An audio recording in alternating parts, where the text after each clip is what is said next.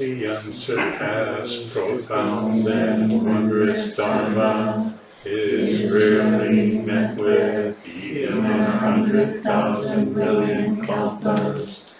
Now we can see and hear it, accept and maintain it. May we unfold the meaning of the Tathagata's truth. The unsurpassed, profound, and wondrous Dharma is rarely met with, even in 100,000 million kalpas. Now we can see and hear it, accept and maintain it. May we unfold the meaning of the Tathagata's truth. The unsurpassed, profound, and wondrous Dharma is rarely met with, even in 100,000 million kalpas. Now we can see and hear it, accept and maintain it. May we unfold the meaning of the Tathagata's truth.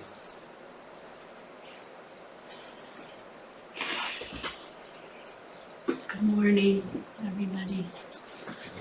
Good morning. Good morning, everybody in Zoom land.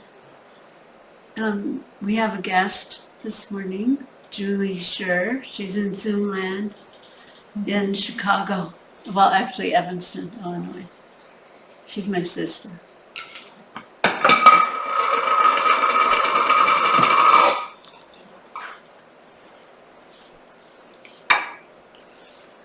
Can I say something? Yes, of There's course. also another person by the name of Sophie. Sophie! There's another person by the name of Sophie with us today. Sophie, it's so nice to have you back with us. Thank you for being So, thank you for saying that. And I'm so happy to see you. Oh, I have to look up, not down. I'm so happy to see you, Sophie. Wow. Sophie studied voice with me from age 12 till 17. Right? Yeah. Okay. I'm afraid I'm going to knock this over. Yeah, that's really good. Yeah, that's better. Okay, thank you. All right.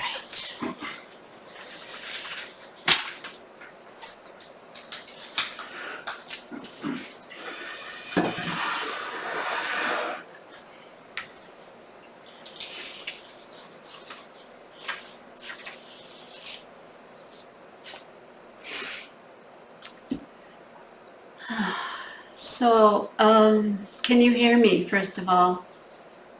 Can you hear me okay? Okay, great. I've been aware of the practice of equanimity for a couple decades, and I know it's a good thing. I know I should work on being equanimous. But honestly, you guys, when I read what Christina Feldman wrote about equanimity, I was just in tears. It's so profound. I thought, oh my God, what do I say? Not because, I don't know the things that I could say, but because how do I convey the profundity that I feel about what she's discussing and offering and what the Buddha offered as his teaching. So that's why I was disappeared from the hall a lot, because for me, organizing my thoughts is the hardest. It's the hardest thing. It's like making choreography. That was the hardest thing. It's just the hardest thing for me. So we'll see. I don't know if this will be organized a little bit. But I want to tell you, first of all, what the Buddha said about equanimity. And if you haven't been here, we've been talking about the Brahma Viharas, or the divine abodes: metta, loving kindness; karuna, compassion; mudita, sympathetic joy; and the jewel in the crown, upekkha, or equanimity. So that's the theme of the Sesshin.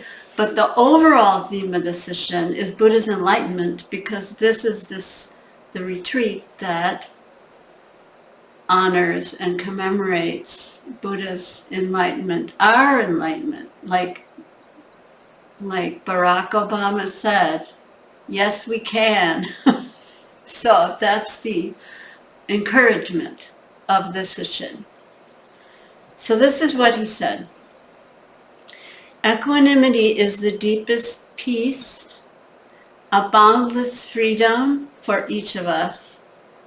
The Buddha taught, if I did not think this path and its fruition and liberation was possible for you, I would not ask it of you.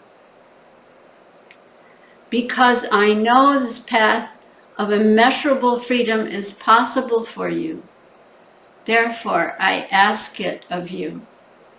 That just makes me want to weep. Like, okay. So, we are told that the Buddha is the great physician, but another image struck me this time, and that is the great midwife. Like giving instructions. Breathe like this, like right in your face. Hold your breath, or do this, or do that, so that we can give birth to freedom. I remember one of the midwives saying, I think I must have said, how long is this going to take, or something? And she said, as long as it takes. I didn't ask her if she meant, you mean life after life? So, anyway, that really struck me. And the complete confidence that there is cessation, there is relief, there is unshakable wisdom. I don't know, it just so deeply touched me this time. And then I thought of this dancer, Luli Santangelo. She was a dance therapist and a dancer with Don Redlick. And Don Redlick was kind of a difficult person as a choreographer. And she was in his company, and she just didn't take any shit from him. And she once saw me. She was in town for something, and she saw me, and she said, "What are you doing?" I said, "Oh, I'm working on this piece. I'm losing my mind. It's so hard. I don't know." And she said, "If you want to make something real, it is agony. Agony." Now you have to imagine this like tiny, dark woman with long dark hair and very intense, like a shamaness. And that really stopped my mind, like, oh, okay then. That's how it is. That's equanimity. Anyway.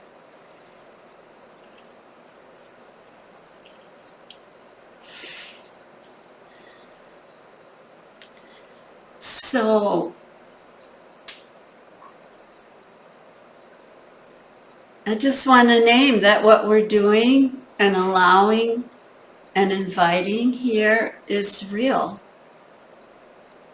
And one of her sentences really jumped out at me in particular. Fear tells us that surprise or not knowing is unsafe. I know that's true for me. wisdom tells us that our capacity to deepen as human beings relies on us being able to rest in not knowing. That's very unintuitive. You think if I get it all sewed up, then I could relax. I'm trying to think, because later she says,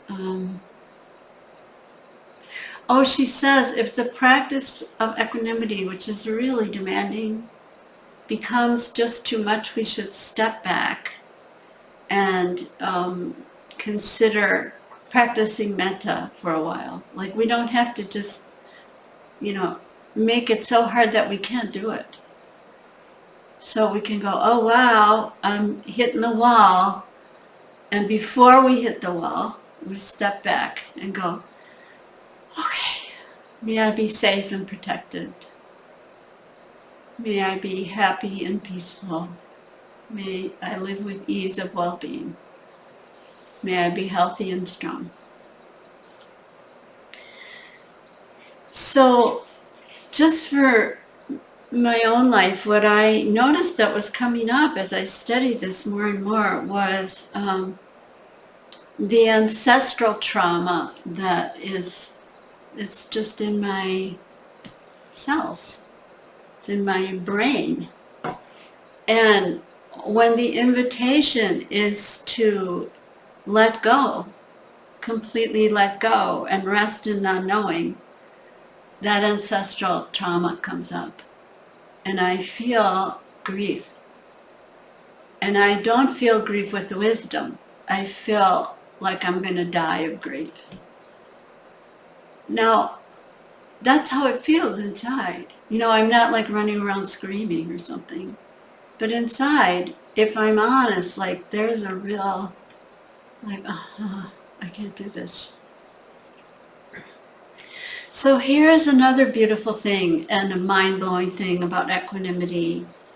It's equated with the third noble truth. That's the truth of the cessation of suffering. Oh, wow. So the thing about the Brahma Viharas, the way I was taught them, is they're a practice. Like, you get up if you're a dancer and you do your damn pliés every day, even though you've been doing them since you were 7 years old. Every day it's a new plié. Every day it's a mystery. So you practice this. You can practice this to create neural pathways of reference that you can bring them to the next moment. And it is the third noble truth. So the first noble truth is, we know, right, there's suffering. The second noble truth is suffering is caused by clinging. The third noble truth is there is a way out of this. There's cessation. And the fourth noble truth is the Eightfold Noble Path. I'm not going to go into a spiel, but just to locate it somewhere. I have to say that I trust the way. So if the Buddha said the third noble truth is the cessation of suffering, I believe that might be true. And I don't know, it just hit me when I studied this chapter, like, yeah. It's like when the baby comes out, I don't know about anybody. Oh, I know one person in this room who's had babies. Well, okay, when my baby was born, I said, it's a baby, which is ridiculous. But it's like so overwhelming. That's the only thing I could say. It was like, oh my God, it's real. It's a real little complete, oh my God, person. So that's kind of how I felt, like, oh, this is real. This is real.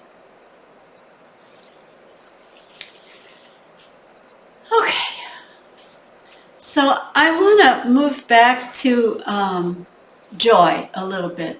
Yes, we talked about joy.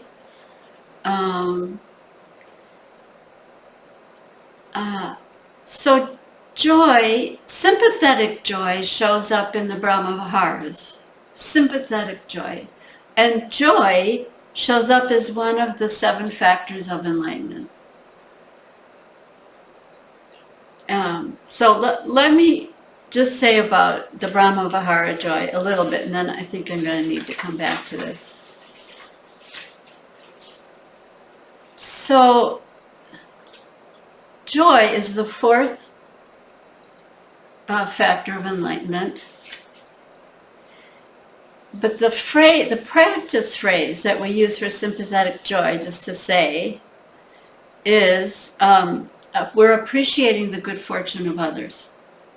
So like I think it was the Dalai Lama said, so if you're happy when someone else is happy, you have 1,000,000 opportunities to be happy all day long, all life long. That's a very sweet way to say it. So one of the phrases is, may this good fortune continue and grow deep. So when you get a new car, Aaron, then I say, may this good fortune continue and grow deep. And it helps us soften that self-other thing and connect. So in compassion, karuna, we came alongside others in their suffering. And now in mudita, we come alongside them in their joy. So we're talking about balance and equanimity, and there's balance right built into the Brahma Viharas. I think that's so cool. Actually, I think all these teachings are just so cool. Mind-blowingly cool. All right, so I just wanted to say that. And now I want to go back to the 7 factors of enlightenment. I'm just remembering when Katagiri Roshi would give talks on Lake Calhoun, and he would go, now we talk about the 7 factors of enlightenment, and we'd all go, oh my God, I'm going to be here all night. But I'm not going to do that. So I'm just going to say, the first one is mindfulness, and each one sets up the next one. So the first one is mindfulness. The second one is investigation. So mindfulness, we become aware, we notice, and then we get interested in. So we investigate.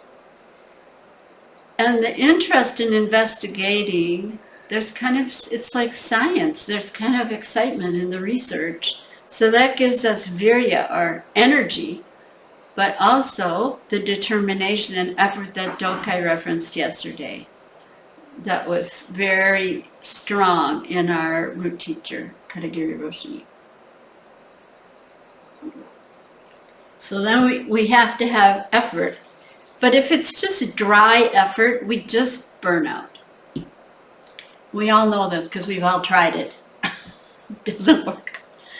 And then we have joy or rapture. I don't remember learning about rapture till I studied Vipassana. Sukha. Like, what is that? I know rapture from dancing and singing, but I didn't know rapture from practice. So anyway, it's on the list. So that gives us energy, and also then the next one is relaxation. Relaxation or tranquility. You know, sometimes maybe on day 4, there's a moment of like, oh, wow, a little tranquility, and that leads to concentration. We can stay closer to the objects that arise. We can see what they are. And then the last one, the 7th one on the list, is Upekkha, or equanimity. So that's why that's there. It's just amazing how this all goes together, I have to say. Okay. So Upekkha is the steady, conscious realization of reality's transience. It's the ground for wisdom and freedom, and I said this the other day when I talked, the protector of compassion and love. Its characteristic is to arrest the mind before it falls into extremes. So I noticed that it doesn't say the mind will never fall into extremes. It says, hold on, arrest the mind, like it's starting to go. And we take a breath, and we're using those other factors of enlightenment, like mindfulness, and we go, uh-oh. All right, what skillful means right now I'm about to fall into extremes. Not recommended, falling into extremes. I think I joked last time that in my household growing up, equanimity was not a thing. My sister is laughing. We didn't know about it. We knew about extremes, but we didn't know about equanimity. So we can interrupt, like we see the train's about to go off the track, and we can interrupt and try to gently get it back on the track and work with the extreme with investigation and mindfulness and metta. That's a little less suffering already. So I guess it was yesterday. I'm getting the days all mixed up, but I think yesterday I saw on my Instagram that Sharon Salzberg had posted this thing and just said, ouch. It was really nice. It said, ouch. And then she had a longer thing about, if you're feeling distressed, you're not supposed to. This is a hellish time right now. And so, ouch. And I think I don't usually write back, but I wrote back, I love that you said this, Sharon Salzberg. Because it gives us permission to not think it's not supposed to be this way, which is another layer of suffering. As we begin to understand, this is her speaking, that right in the midst of a painful situation, there is freedom. We move from a mode of struggling to control what comes into our lives into a mode of simply wishing to connect with what is. And I just think that is such tremendous agency for us. Like, okay, this is terrible. I'm having aversion, of course, I'm human. But oh yeah, I can connect with it, capital It and little it. This non-reactivity is the state of equanimity, and it leads us into freedom in each moment. So just the possibility of that is so fabulous, I think. So, I forgot. Okay.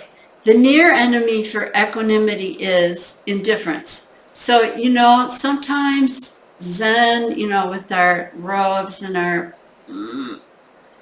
it can look like, oh, we're so equanimous. But that is indifferent. If that's indifference, it's not backed up by love and compassion and joy, then it ain't equanimity. That's indifference. And the fire enemy is greed and attachment. And so I feel the fire enemy when I think of my grandson and my daughter. Honestly, I feel so much attachment. It hurts my heart. It hurts in here. And all I can do is go, wow, okay. Breathe into that. Don't try to get rid of it or figure it out. And so I don't know if any of you have children. I know some of you have children. Then you know just what I mean. Like it's just like even though it's not, it's beautiful. It's kind of like a knife in your heart, just like, and then I wanted to go back just to joy to say the near enemy of joy is ebullience, and the far enemy is jealousy. Just so you know. Do you know what I mean by ebullience? Like, oh, that's so great that you won the whatever prize, but there's Glee. Glee? Is that what that sounds like? But you know what I mean, when actually you're feeling bad and then you try to act like you're really happy for someone. That's the near enemy. Okay. All right, so let's look at the phrases to return to. So the phrases for equanimity are, I am the heir of my karma. My happiness or unhappiness depends on my responses to conditions and not upon things outside myself. So this is a fantastic sort of touchstone. I am the heir of my karma, just that. Like, okay, not mean though. It's not, you're the heir of your karma, so just get over it. It's not that. That's really mean. It's like all these causes and conditions from beginningless time. There's the ones I know and then I don't know. That's all happening right now. The fruit is happening. Okay, that's true. Okay, that's true. Dear, beloved, that's just how it is. That's true. And then my happiness depends on how I respond. So here's an example. I don't know, I can put it somewhere else. Okay, so our president became ill with COVID. Remember that? A month ago or something? I don't know what you thought at that time. I noticed my mind wanting to go in a certain direction that I knew was dangerous for my own being. And so I just started saying the metta phrases to interrupt my certain reactivity, which I'm sure you can imagine some of what that might have been. I made myself do it because I saw that I was going to make myself ill if I want to say I am not a goody two-shoes. It's not that. It was literally, I saw, oh, this is poison. I'm not going to drink the poison. And then my friend, Paul Gelchut, who's a Lutheran pastor and a chaplain, I saw him in the hall at work, and he said, hey, what's going on? I said, yeah. He said, yeah, and he started listing all these terrible qualities of the president. And I said, yeah, I'm trying to interrupt it because I'm going to make myself sick. And he said, yeah, I know, me too. And he doesn't do this particular practice, but that was cool. We were both trying not to go into the mud. Okay. The other phrase is, things are just what they are. Things are like this right now. And Suzuki Roshi used to say, things are just as they is. Which is kind of sweet. Things are just as they is. Things as they is. Now, sometimes people say, well, it is what it is. Have you heard people say that? How do we feel when somebody says, it is what it is? I just feel like they just went, whatever. That's what I feel. It is what it is. It doesn't feel warm. It doesn't feel love. It doesn't feel kind. It doesn't feel wise. So I want to make this differentiation. It is what it is not the same thing as things are just as they are. Does that make sense? Yeah. Okay. Okay. So, oh my God. All right. So, according to Christina, there are 3 dimensions of equanimity. The first one is impermanence. Like that's what we study all the time, impermanence. Like if we get impermanence, we're home free, supposedly. I just wanted to chant you this. Where is it? At the end of the evening in a Vipassana retreat, the teacher chants, Anicca vata sankara upado va yadamino upakiti va nirushanti te sam vipassamo sukho. All conditioned things are arising and passing away. Understanding this deeply brings the greatest happiness, which is peace. So that's what Christina is pointing to. And it brought me right to the ancestral trauma. It brought me to the attachment I have to my family and that grief that's under there. And I was like just understanding and feeling it. This is hard to stay with this. This is scary to stay with this. Suzuki Roshi said, understanding impermanence, when we understand impermanence, it's not a rejection of the things of this world. It's not a rejection, but an acceptance that they pass. That's such a different thing. Like a rejection is kind of nihilism. Well, it doesn't matter. So this is so radical. We're saying this completely matters. And we accept the situation that they don't stay. That is, that's not easy to do. Yeah. An acceptance that they pass away. But staying there, I can also feel connects with wisdom. When we bring wisdom to grief, which is impermanence, there's freedom. There's even joy.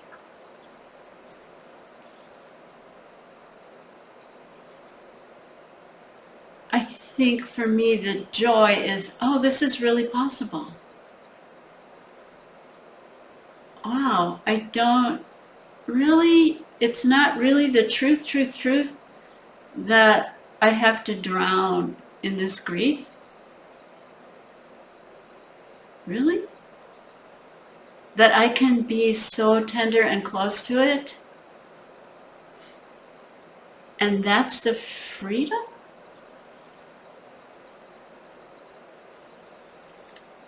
That seems pretty amazing. And also very demanding. Kind of takes everything I have to be there. I went to Eastern Europe. I went to Kyiv in Ukraine. I went to the Dnieper River where they shot 30,000 of my relatives into the Dnieper River between Rosh Hashanah and Yom Kippur. Like, how do I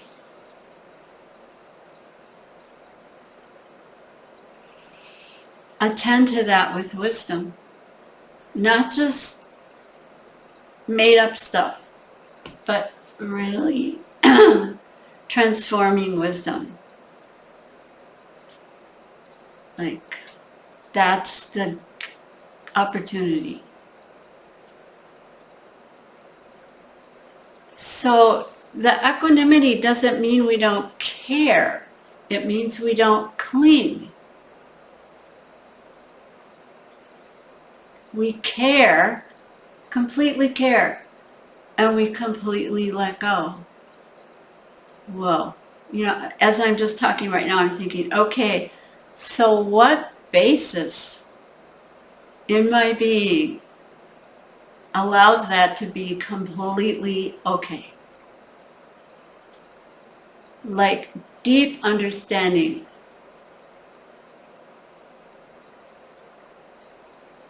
Deep understanding. Embodied understanding of the dance of that.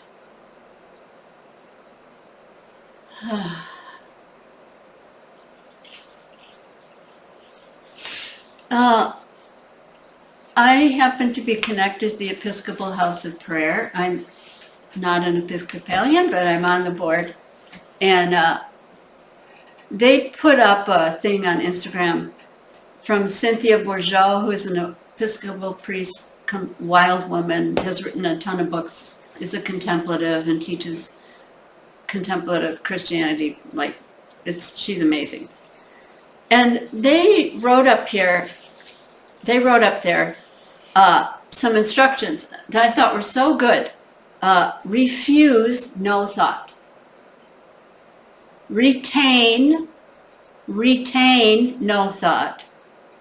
React to no thought. Return, and I'll say for us, to the breath or the words of the divine abode practice phrases or whatever it is that you return to. She says sacred word, but that's kind of not our deal. So I've been actually practicing with this and finding it really good. Really good. But that refuse no thought is not throwing anything away. That retain no thought is not throwing anything away. And react to no thought, I just would put in there and notice the reaction. Notice with equanimity. Okay, so the next, all right, I gotta talk fast now. The next part is vulnerability in relationships.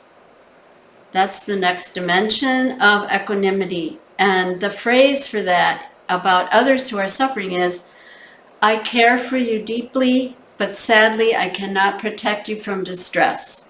I cannot make your choices for you. I just feel relief. You know, I talked about being the eldest child, like I'm supposed to be able to, I don't know, make it all better. When Don was sick and, you know, there were many, many phases, you know, I had this deep belief that I was supposed to protect him from himself and his choices and make him be alive. That was really mind-blowing when I realized, oh my God, that's not my job? You're kidding. I thought that was my job as a good person. So this is not about emotional flatness, not clinging, but caring deeply. It's emotional intelligence. And another thing she talks about is, if we allow ill will, so this goes back to COVID and Mr. Trump, if we allow ill will, we bind ourselves to the person we fear. So we know that. It kind of feels like ill will would feel kind of good for a minute, you know? But actually, it doesn't feel good. That's what I've noticed over time. Like, that really doesn't feel good. All right, and the final dimension is the thing I brought up in the beginning, cessation. That there is an unshakable freedom of the heart, for real.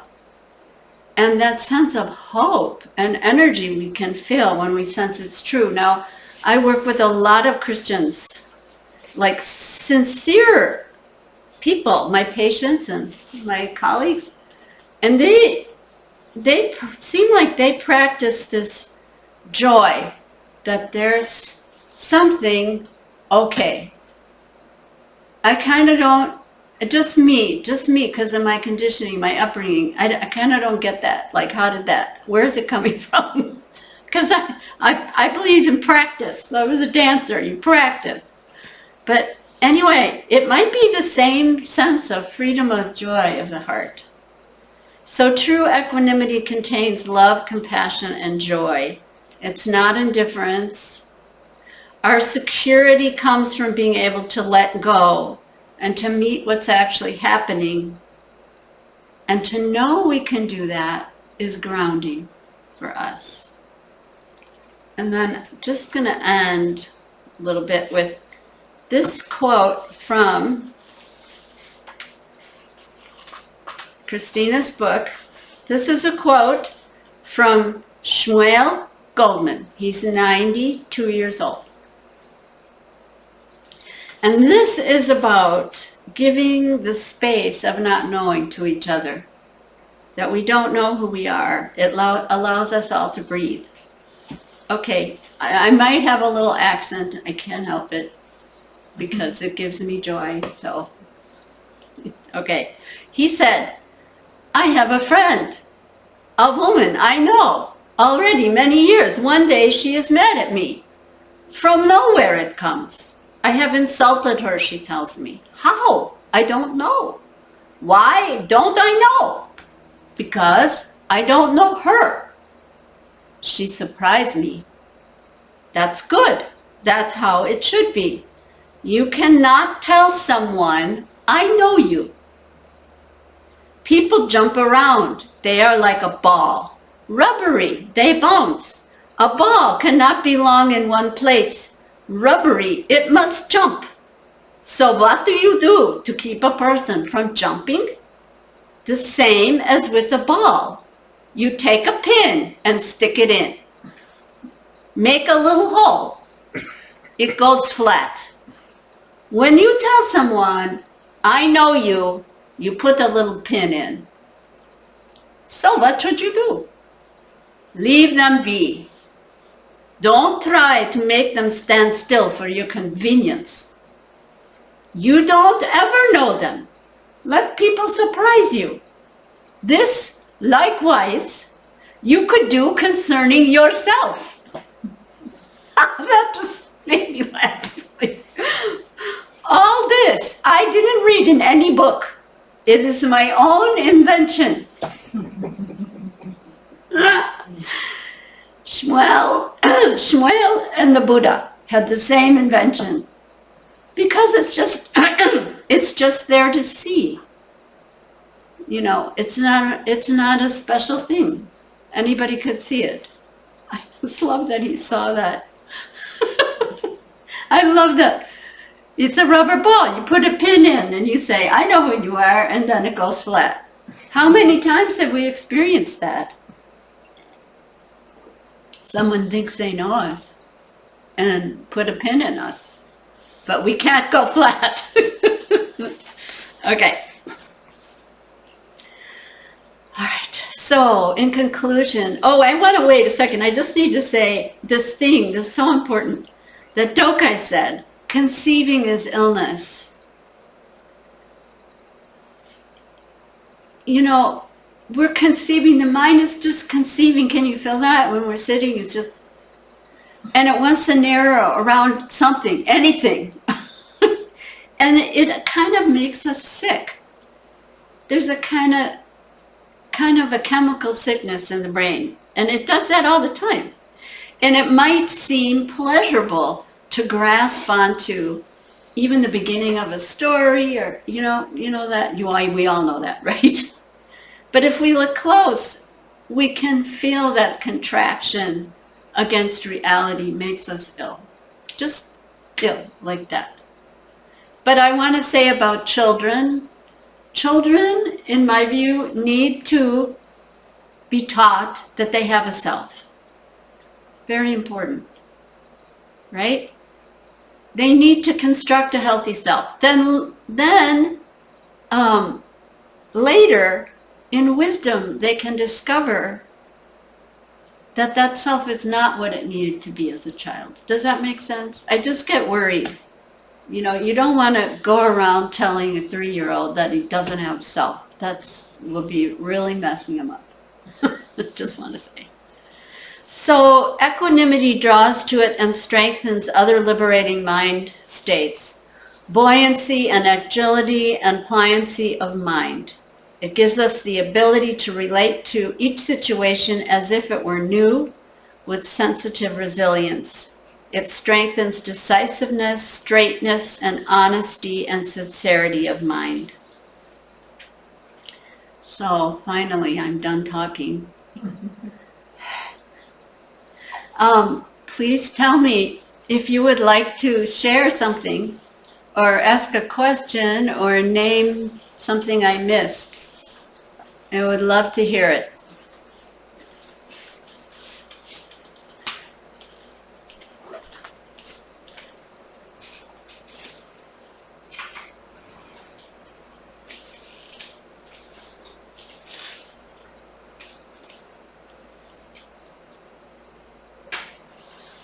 Anything?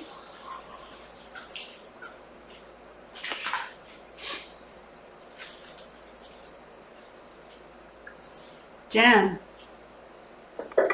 So John Halifax has had these series of programs on the election and Wow. had a lot of people. And so she's quoted many times this phrase from Habermas-Scher, who's one of my favorites.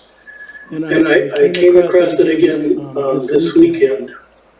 Respond unencumbered to every speck of dust, but don't become its partner. Wow. Yeah. Thank you, Jan. I aspire to that. Oh my gosh.